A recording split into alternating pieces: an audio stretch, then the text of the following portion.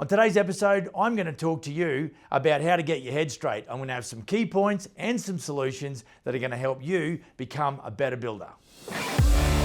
How old are you going to be before you start to experience life like you want it? I want to tell you right now, whether you like it or not, there is a better way to do business. Hi everyone, welcome to the Business for Builders podcast. I'm your host, my name is Max. I'm the ambitious founder of EliteBusinessAdvisory.com, where I specialize in business coaching for contractors and builders. So if you've got any interest there, get across and have a chat with me. Right, as usual, good to have you along for the ride. Hoping today to give you some more steak and potatoes. Welcome to you if you're in YouTube land. Thanks for joining us. Welcome to you if you're in podcast land. And look, we're going to try and deliver some value here that you can tuck under your arm and make your business better. Bit of housekeeping, one of these drops every week, so like and subscribe. Hit us up with some comments if you've got something to say. If you want to email me, max@elitebusinessadvisory.com. That's where you can sort of get to me as well. And don't forget, get across to Facebook, Business for Builders VIP. Answer the 3 questions. I've got a lot of guys and gals that are on that list that have not answered the questions but have asked to join the group. And they are just sitting there. So if that's you, feel free to go back and answer the questions. Odds on is I'll let you in. And because I'm sure you're a good sort, right? So, okay, let's get cracking. As you can see behind me on the board, I spend a lot of time, I guess, checklisting and SOPing and really trying to create systems. And we talk about software and knowing your numbers and activity key metrics, this. And, we really focus on cash flow forecasts, and we talk about, project start schedules and how we make sure that we're efficient in our time and our use of our time. But just lately, based on some of my experiences, I've just felt that, I just sort of sat down today and began to put together this episode, and it kind of morphed into 2 episodes, which I think it did that a couple of weeks ago too when we shot the last few. And so, it's kind of binary, right? You've got business practices, business fundamentals, business principles over here, and then you've got you and me, the human, the organic part of the business. And so, really, I think what we've got to do, as much as we've got to know our numbers and we've got to understand what the power of SOPs and systems and how to recruit well and how to lead well, etc. I really want to pay attention, probably this episode and the next one, to you, the human, you, the person, because we can be, and you've heard me say this before, we tend to be the bottleneck of our own business. And we've got to be careful that we don't stall, I guess. And so behind me, I guess we're all driving vehicles to work. We're all, driving trucks and towing trailers perhaps.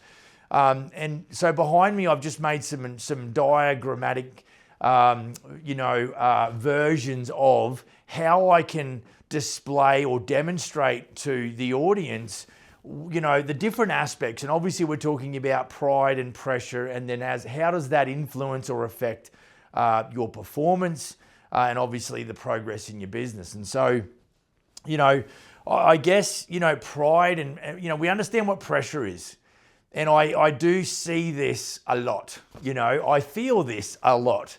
It's kind of, the fact is that, we all want to have that successful business, but there is a challenge around, applying consistent effort and doing things well and doing things efficiently, with the hope that it will produce some sort of profit at the back end. And so I think a lot of the time, we as builders and general contractors, we don't see the proof in the pudding, or we don't see the reward for our effort really until the end of the job. And in some cases, guys and gals, builders and general contractors will go years and years and years and make no net profit, which essentially means that they're just working for a paycheck, because the idea of business is to reward the risk taker, reward the investor, right? And so, there's no point in you getting a hold of my 420 or thereabouts SOPs if you aren't, if your pride, or let's call it maybe ego, because ego masks insecurity. So I want you to think about that. Remember, I'm a business coach, so it's my job to bring awareness, followed up with some education, and then really help mobilize that through accountability. and get progress. And so, you know, we've got to be careful that we've got to understand when we look in the mirror that we're not kidding ourselves, okay? You know, my biggest problem, no question, is the guy that I look at in the mirror every morning. It's me. It's the guy that's, you know, sitting down in my office chair, you know, who's driving my businesses, okay? And so for you, it's just all about honesty. And so that's where, you know, I think we've got to just resign to the fact that we're imperfect creatures and that we make more mistakes than we care to think about. But the problem is that we have to develop some personal security. And look, I know this is maybe is not as interesting as, you know, what you first thought. And I'd be interested in some comments because, you know, between this kind of dialogue and, you know, obviously mental health, you know, there's a lot of things that we don't speak about because it's kind of, you know, not really as entertaining and maybe doesn't look to affect our profit margins immediately like we would hope it to do. However, know this, that you are the driver, okay? If the driver exits the vehicle is not worth anything, okay? So maybe you should change your mindset, and really that's what this episode and probably the next one is going to be about, is mindset, okay? Because if you can win the battle between, you know, the 6 inches between your ears, then you'll have more success externally, but you've got to overcome the internal battle first. And I'm certainly not a psychologist. I've just been around for a little bit and kind of got a bit of an understanding, but this is whenever I feel like I'm under pressure, this is where my head goes, you know. And so we're going to quickly run through here a few points, and I'm going to obviously, you know, just read you what I've got on my notes here, and hopefully that will make some sense to you. That will maybe not change you instantly, but over time, it will affect the way that you handle maybe those situations where you feel insecure. And then you kind of, you know, maybe you just go, she'll be right, mate. I'll get to that later. I'm okay. I'll get it sorted. And then all you're doing is kicking the can down the road. And then, of course, because what we want is, you know, we've got to deal with pride and pressure because it does affect progress. It does affect profitability, right? Okay, so let's talk about,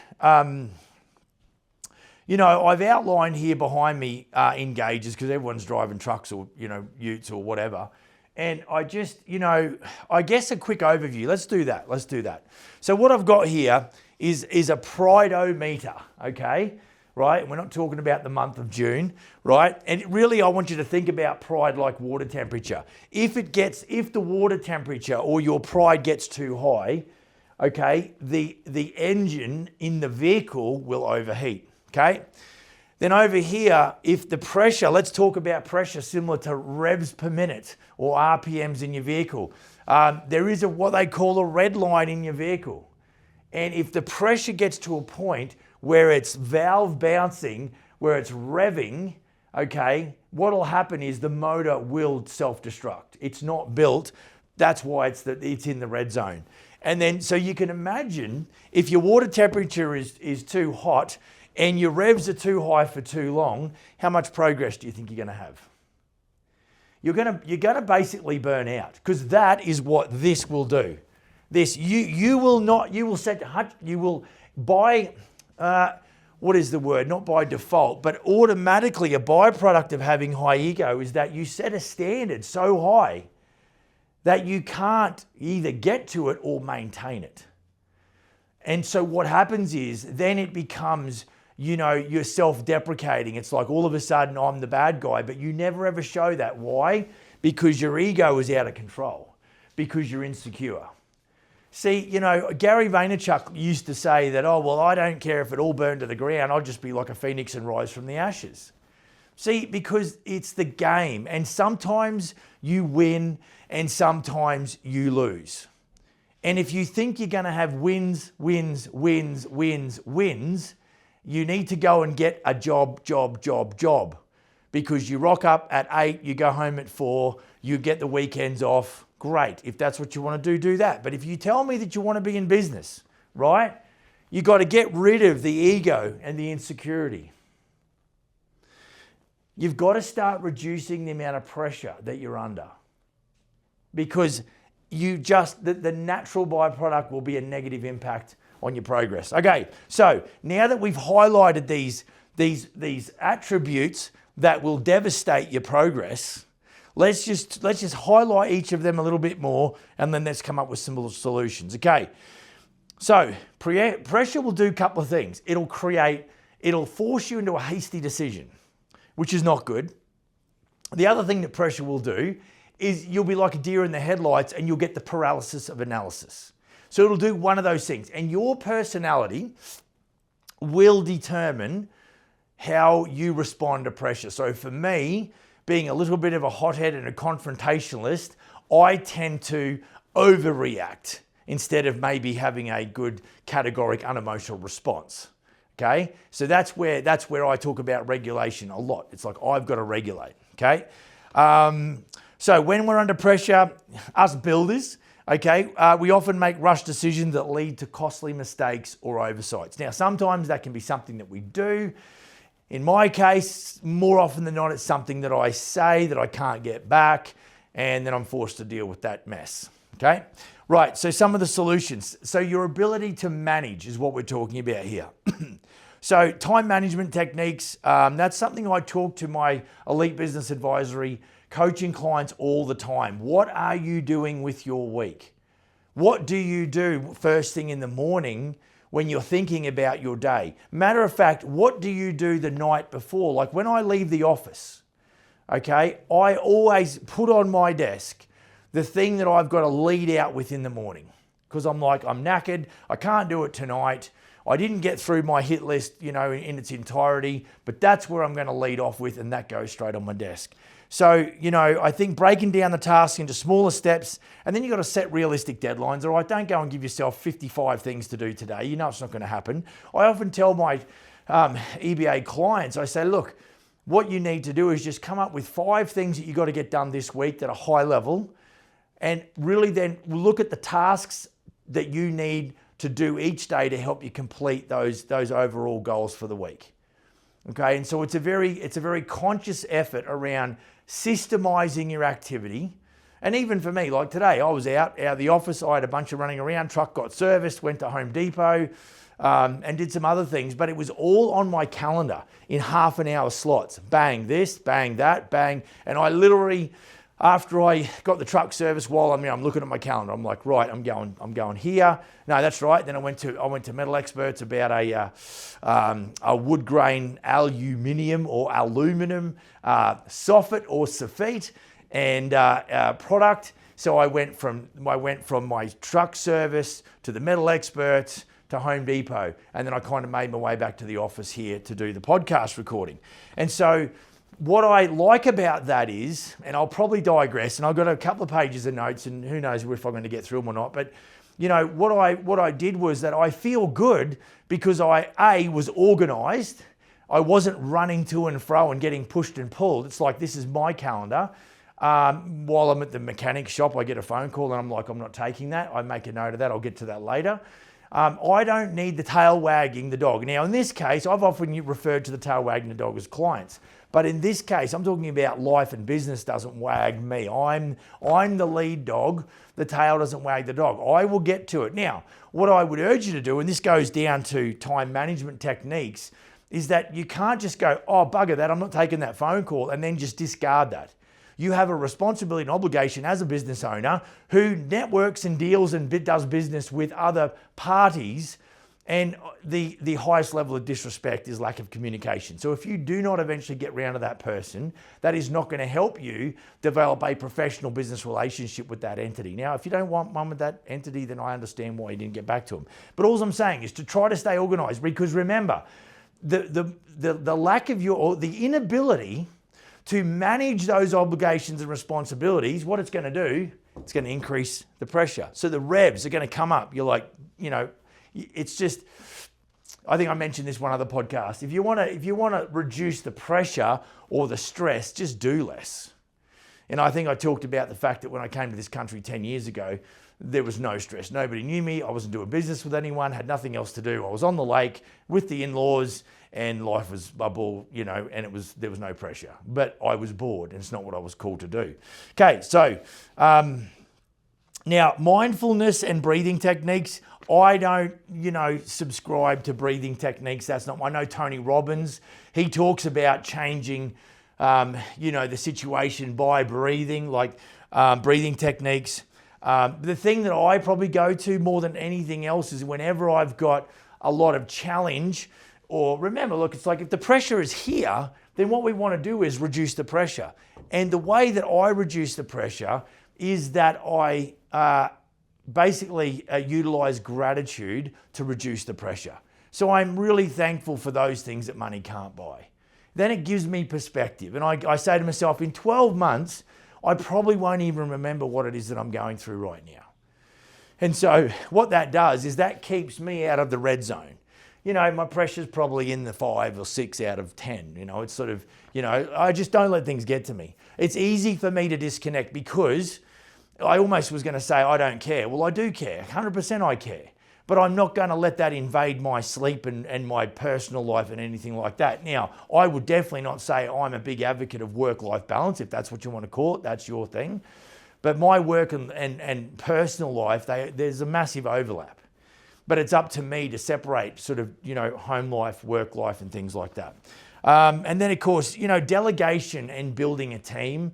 You've heard me say that businesses run off the back of good systems and people run businesses using those good systems. And so I think if you can empower your team, that will buy you back your time. Because remember, you're not about like, I'm going to employ that person and make 100% off of them as far as the GP goes. You might make some profit off them, of course, but what you're doing that's more important is you buy back the 40 hours. And so example, right now, Jed, my business partner, is on site nailing up, Hardy's weatherboard, okay? Hardy plank, whatever we call it in Canada here. Okay, now that allows me, now I'm splitting checks with Jed, but at the end of the day, I can then run around and talk to suppliers and go to this metal mob about this, aluminium or aluminum soffit, or soffit. That I can do. That, he texted me yesterday and said, "Oi, the porta potty needs a change or a clean." So he just texted me that, and the company that we get the porta potties right across the road. And so I ring up Caitlin and I go, "Oi, can you book us in for a clean?" So she said, "Okay, tomorrow or the next day." I'm like, "Fine, great." I text Jed back. He goes back on with it. See, so when I guess I'm not necessarily empowering, but we're talking about the power of team.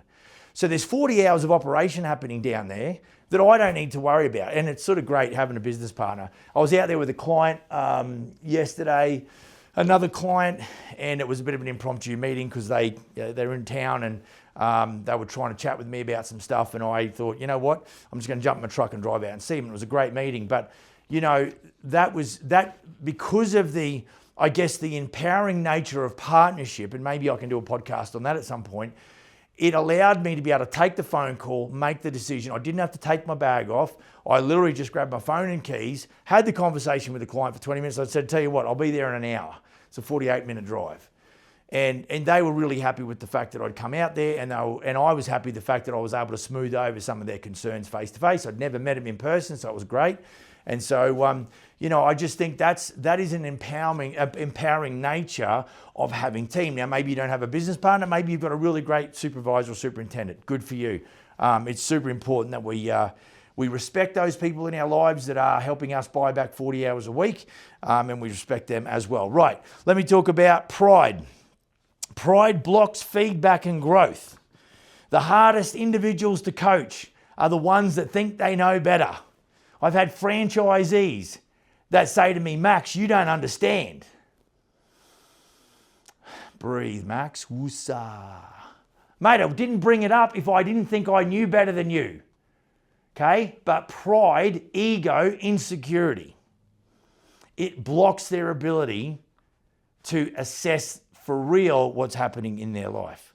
So the challenge is excessive pride can prevent builders and general contractors from seeking or listening to valuable feedback or collaborating effectively, which hinders your growth, both personally, professionally, and privately. Because if you do it in your business, odds on is you do it in your personal life as well. You know better. Solutions. Embrace continuous learning. Actively seeking feedback from clients, subcontractors, and your team. Now, don't ask for it and then go, you don't know what you're talking about. Mate, it's a smorgasbord, okay? Information and knowledge is not hard to carry around, my friend. And if there is certain repetitious patterns in your life, boom and bust, boom and bust, boom and bust, financially boom, bust, relationally boom, bust, business boom, bust. You got to ask yourself the question, what is going on? Okay? Use it to improve both your personal skills and your business operation. Okay, second thing, mentorship and peer support. Why do you think we promote Business for Builders VIP? To try and bring, now, here's the hard thing. I'm in a town of 45,000 people. There's a few guys that I liaise with, a developer and then a guy that does pole barns. But they got their head on straight. They're business guys. Now, in a town that does over $200 million worth of renos, as a matter of fact, if I got together with 3 of the 4 or 5 of the really key high performance business owners in this town, odds on is none of us would lose financially from that. There's just so much work happening across the board. If it would just help you and I so much if we did that. Okay, and so I've got a business partner who's been in this town for 12 or 13 or maybe 15 years. He built homes. Like him and I, it's great. Iron sharpens iron. I deal with a developer like this other guy. It's like, I love hearing what they want to do with their business, what struggles they're having. Now, if you don't do that in your own town like I do, that's what Business for Builders VIP is all about. It's a closed group of builders. I have suppliers all over the place wanting to get into that group and sell you shit, but I won't let them in. You know why? Because that's what that group is not about. Sure, it's important to create a relationship with, a business relationship with a supplier because you want rebates or you want to get, better pricing, etc., etc. There's a time and place for that, but that group is not that. And I should probably do some more stuff on that, like this, Maybe we should do some snippets. See what happens. But guys, I don't want to get on there and just do more of this. You get this from me here and now. Okay, and there's been guys and gals in that group that get out there and ask the questions, and there's some major players in that group. So this is the thing. See, why is it that if you had me one-on-one right now, it's just you and me, right? It's just you and me. I bet you would ask me 5 questions like right now. Max, what about this? What about this? What about that? So why is it that I don't get more emails? Not that I necessarily want more emails, but what is stopping you from talking to somebody else? Is it fear and insecurity? And then you got guys out there that won't network because they think that they've got something special. Guys, in this world of technology, right? Intellectual property doesn't mean much. There is some effect, and there is something in business that speaks to intellectual property that's proprietary information. I don't disagree that. I've been in the franchise world.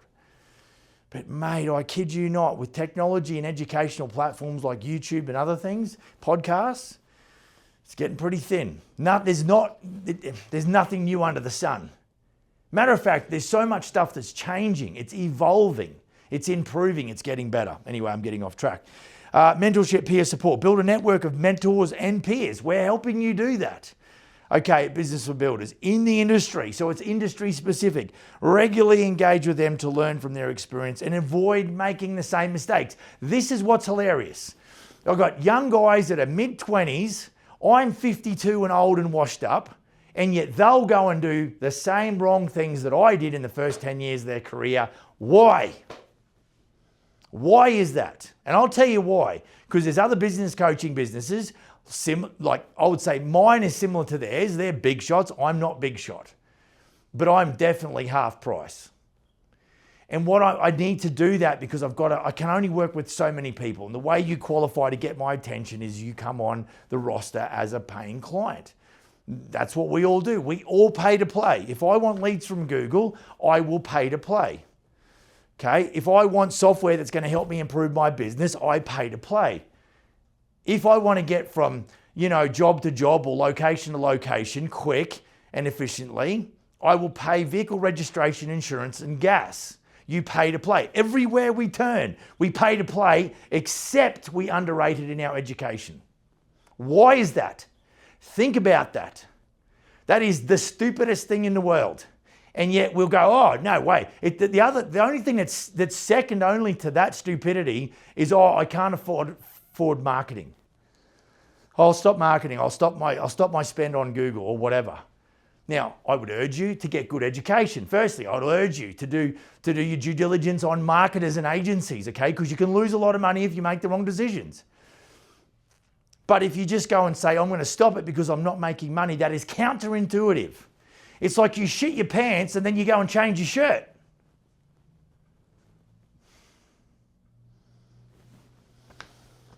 Use your head, folks, okay? All right, this is turning out. I wasn't too pumped about this episode, but I hope you're enjoying it. If you've got any questions, email me. I'll be happy to answer those. Try to. Okay, point number 3, fear of failure due to pressure. Okay, so you're up here, you're doing maximum revs. You're going, Max, I'm working 5,000 hours a week and I still can't get her done. And I think sometimes the pressure of having to deliver is different from the pressure of I've got so much to do, and that we need to be mindful of. So if you're a builder, the fear, you might fear failure whilst you're under pressure. So you're over there running your business, there's a high level of pressure, but then there's the fear of failure, because what it does is it stalls you. You go, well, I don't want to make a decision because, okay? So it leads to inaction and hesitation when it's time to take a risk. So here's the thing. When I'm under pressure, I've got to be able to make a decision. Like I can't make it too hasty, but I can't make it, I can't delay it for too long. And so Mac, you'll say to me, Max, well, how do I figure that out? Because it's a fair question. It's like, well, I don't want to be too hasty, but then I don't want to drag the chain either. I would say this to you. You know if you're going to react too fast. You know that you should take a breath. You know that you shouldn't react that way. When emotions go up, your ability to make good decisions goes down.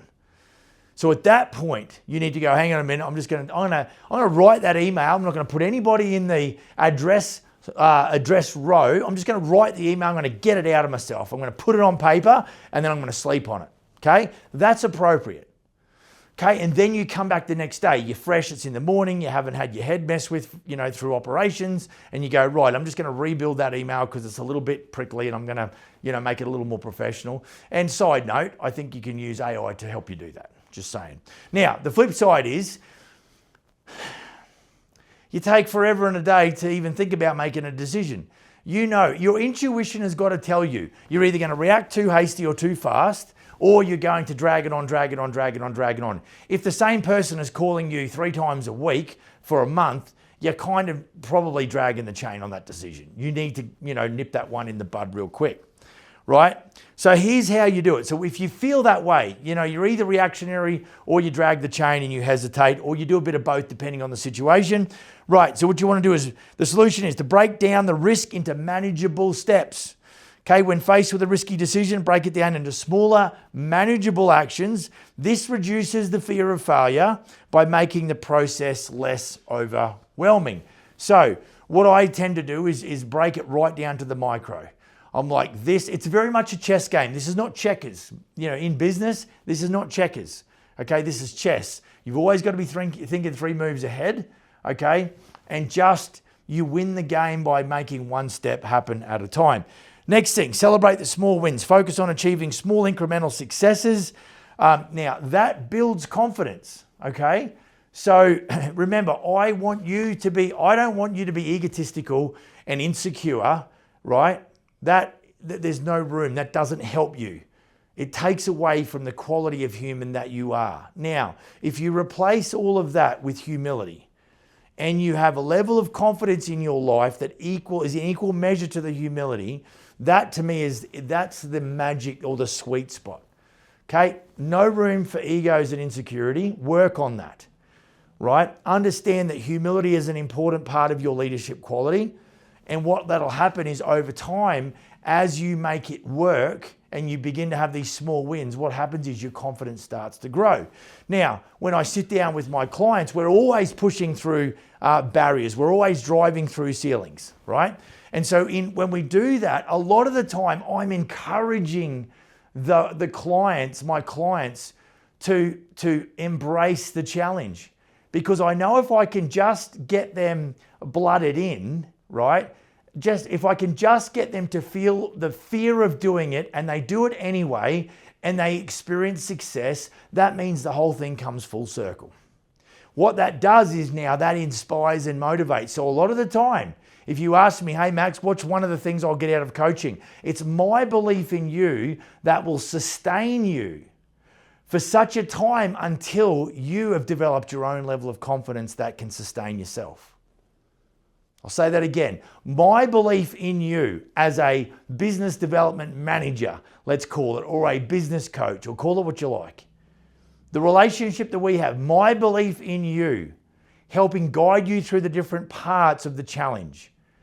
Once I can get you from stepping out your comfort zone, I'm going to talk about that next, probably in the next episode. If I can get you stepping outside your comfort zone, if I can get you to feeling the fear and doing it anyway and be there with you and we celebrate the small wins, that's full circle, dude. It's full circle.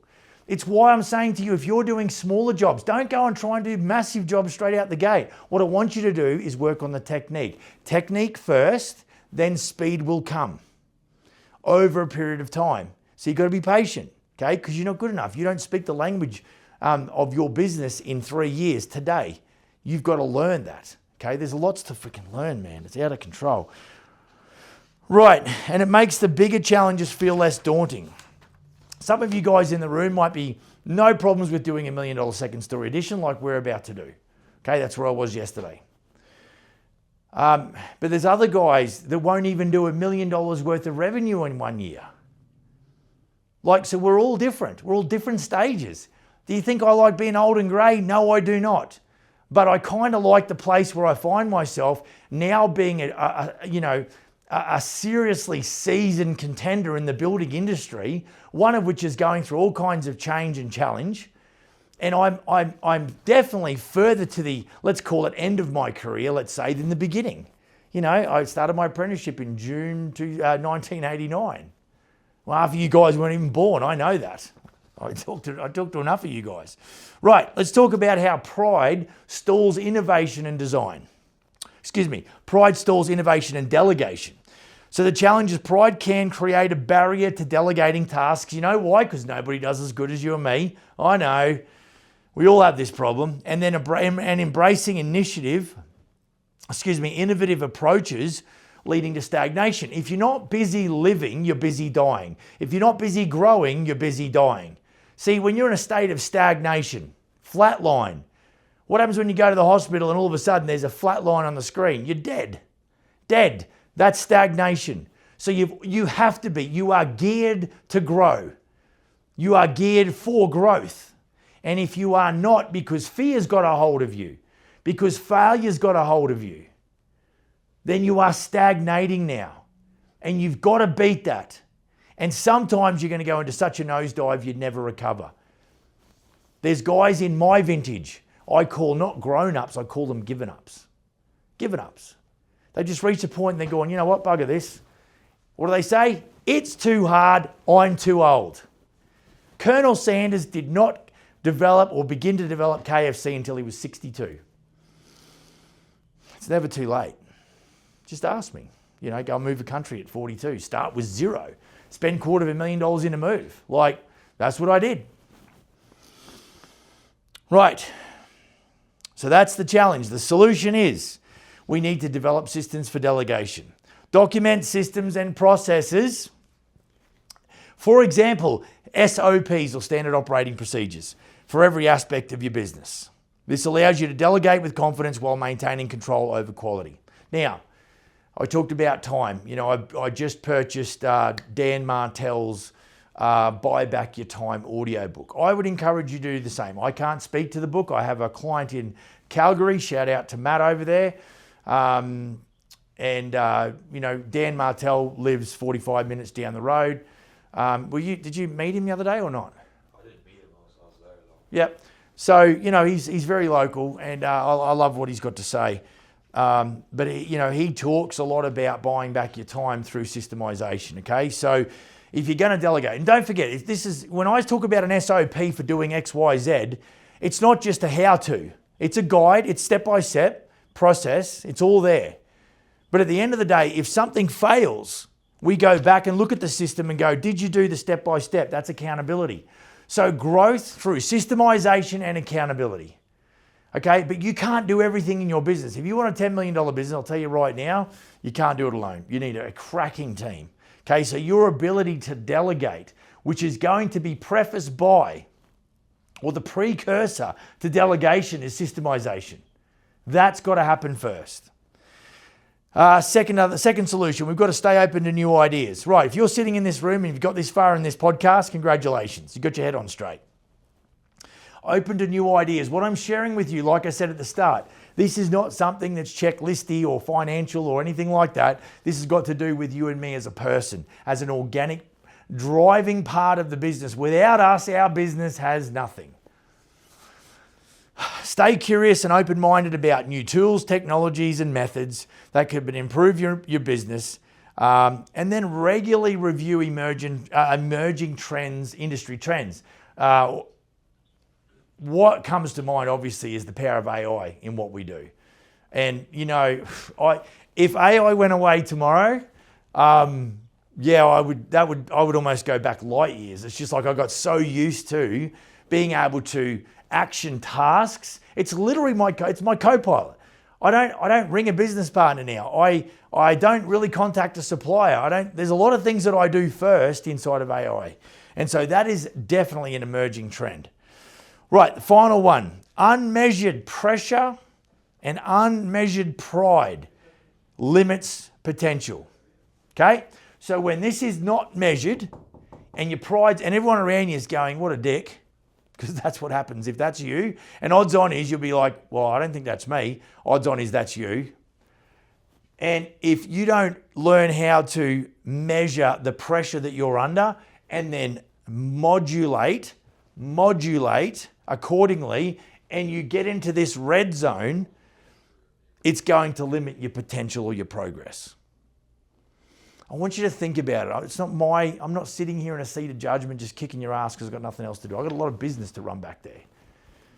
Okay, but this is something it's a labor of love to me, because I know that as a 25-year-old carpenter who wanted to get a builder's license, I even running carpentry gangs. Like I had 15 guys working for me as a 25-year-old. And I'm looking around going, why am I not making money? My stress, the pressure was up, and I think there was more of an ignorance than pride. I was reading books and I was involved in network marketing, so I had mentors, but I just was paying the ignorant tax. And so what it was doing, it was just my progress, my success. My potential wasn't being realized at that point because I just didn't know any better. So unmeasured pressure and pride limits potential. When pressure and pride are not measured, they can limit your ability to adapt, innovate, and seize opportunities. So what's the solution? We need a mindset shift. This whole thing is about you between your ears. Whatever you think about the most, you become. Okay, so if you think your shit doesn't stink, that's going to destroy your potential in your business. Because we just, like I said, the more you learn to have that servanthood attitude, the more leadership demand you will be in. Like it can't work any other way. You don't make it by yourself. I've got to be here to serve my business partners and my clients and even my sub-trades. But I measure that. I make sure that they don't take me for a ride. It's all measured. But my desire, my intent is to help them be successful, and that helps me be successful. So I'm here to serve them. Focus on growth rather than perfection. Just think about that. Focus on growth rather than perfection. It's like perfection is kind of this esoteric, it's non-existent, top of the mountain, blah, blah. You and I've never seen it. There is moments in time where we feel like we really nailed it. And there might be little fleeting, aspects of our life that we think that's perfect. But I'm telling you, it's the minority. It is very minor. Accept that mistakes are a part of learning. I've talked about that a bunch of times. We fail forward, okay? Failure is not final. Don't let the pressure of needing to do it all perfectly stop you from moving forward. I think I talked in a recent episode that, that 80 to 90% is acceptable. I could walk a retail customer around this office and they'd be, I'm happy with this. This looks great. And yet there's aspects in this room here where I'm going, there's not enough caulking there, that's off the wall there, and they're minor. But that's where I'm striving for, that perfection. But if I had to go and renovate an office by myself, I've got so much stuff to do. I can't do it. So I've got to employ team. I've got to engage team. I've got to extend to people, the opportunity to do some work for me. That buys me back time to go and do something that's a high value target. But it's a mindset shift. And then of course, that then segues into build a supportive team, which is kind of also leans towards networking. Surround yourself with individuals who can balance your mindset, provide feedback, and help you remain objective during challenging times. Guys and gals, you're going to have to build a business by design if it is to give you everything that you want. If you're just going to kind of let it go and you're not going to be aggressive in the design part of your business life, it will get away from you. And what will happen is over time, because I deal with young builders and I deal with builders my age and older, and the challenge is always the same. They just can't connect all of the dots at once. And a lot of the time is because we've gone and started out the gate. No systems, no education. We're completely ignorant to all the pitfalls.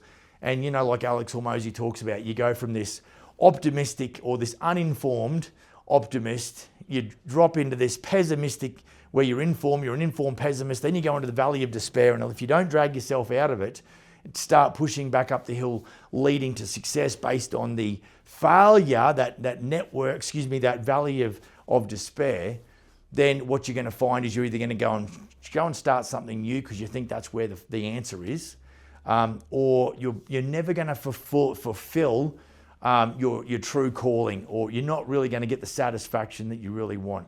Because I think ultimately, let's not quit, shall we? Let's not quit on ourselves.